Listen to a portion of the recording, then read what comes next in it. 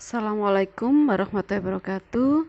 Hari ini kita lanjutkan ke materi anabolisme. Apa itu anabolisme? Itu adalah suatu proses di mana terjadi penyusunan dari senyawa sederhana menjadi senyawa kompleks.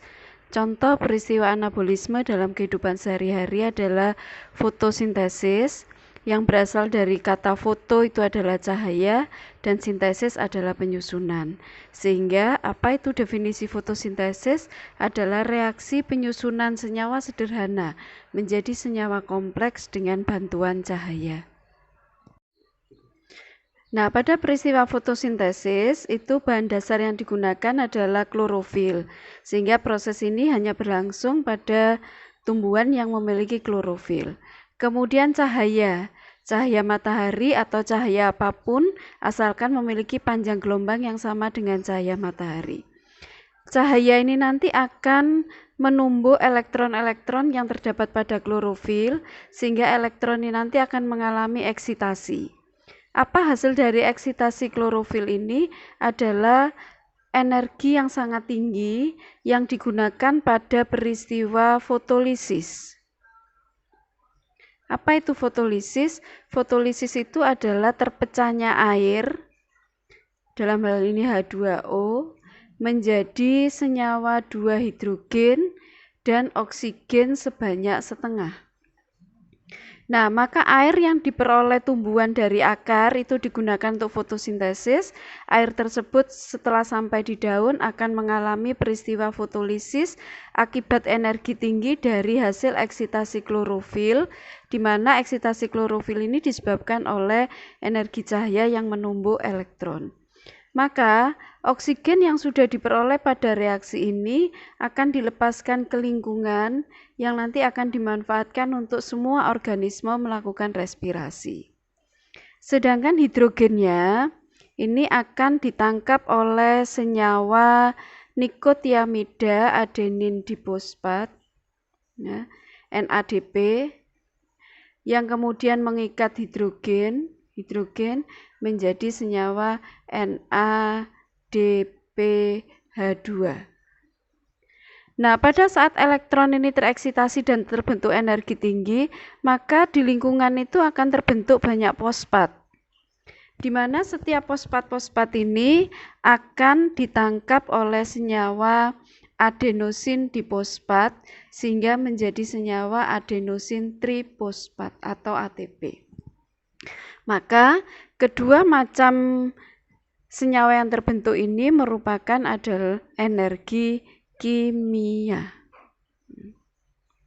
Perlu kalian ketahui bahwa karena reaksi ini mempersyaratkan adanya cahaya, maka reaksi ini kita sebut dengan reaksi terang. Apa itu reaksi terang? Reaksi fotosintesis yang menggunakan energi utama adalah cahaya. Di mana tempat berlangsungnya?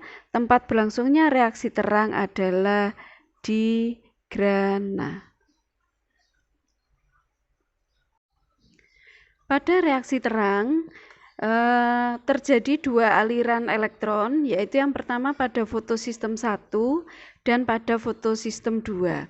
Fotosistem 1 biasanya berlaku pada panjang gelombang P700, sedangkan fotosistem 2 berlaku pada panjang gelombang P680.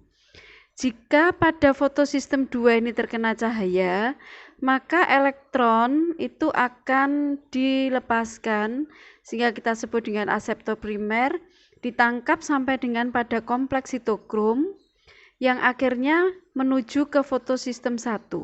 Nah, pada peristiwa itu dihasilkan ATP. Dari fotosistem 1, elektron dikeluarkan lagi, kemudian sampai ditangkap oleh NADP plus reduktase enzimnya, sehingga yang semula NADP bertambah ketemu dengan elektron menjadi NADP. Sehingga lintasan ini yang kita sebut dengan lintasan non-siklik. Sedangkan pada lintasan siklik, maka cahaya itu diterima pada fotosistem 1, kemudian diterima oleh aseptor primer, kemudian masuk lagi kompleks sitokrom, kembali lagi ke fotosistem 1, demikian seterusnya. Siklus ini berulang-ulang sehingga kita sebut dengan aliran siklik. Sehingga pada reaksi terang ada dua sistem aliran, yaitu aliran siklik dan aliran non-siklik. Bahan berikutnya pada peristiwa fotosintesis adalah CO2. CO2 ini nanti akan ditangkap oleh senyawa ribulosa bifosfat atau RUBB yang sudah berada di daun. Yang berikutnya akan difiksasi menjadi senyawa asam fosfogliserat atau APG. Pada tahap berikutnya APG akan mengalami reduksi menjadi senyawa asam fosfogliseraldehid, di mana pada reaksi reduksi ini digunakan ATP dan NADPH2 yang merupakan hasil dari senyawa kimia dari reaksi terang. Maka ATP nanti akan segera digunakan sehingga terurai kembali menjadi senyawa ADP dan fosfat, sedangkan NADPH2 menjadi senyawa NADP plus H2. Berikutnya APGL akan mengalami reaksi yang berikutnya yang kita sebut dengan regenerasi, membentuk RUBB kembali, dan sebagian lagi akan mengalami tahap sintesis yang akan menjadi C6H12O6 yang merupakan produk akhir dari fotosintesis. Nah, karena peristiwa fiksasi, reduksi, dan regenerasi ini adalah berlangsung terus-menerus, maka ini kita sebut dengan siklus. Karena yang menemukan adalah Calvin, maka kita sebut dengan siklus Calvin. Dari APGL yang terbentuk ini sekitar 12 molekul, maka setiap 10 molekulnya akan diregenerasikan untuk kembali menjadi senyawa RUBB, sedangkan hanya 2 molekul yang disintesis menjadi C6H12O6. Nah, pada reaksi ini karena yang digunakan adalah energi kimia, maka kita beri nama sebagai reaksi gelap, yaitu reaksi fotosintesis yang tanpa cahaya atau menggunakan energi kimia, di mana reaksi ini berlangsung pada bagian yang kita sebut dengan stroma.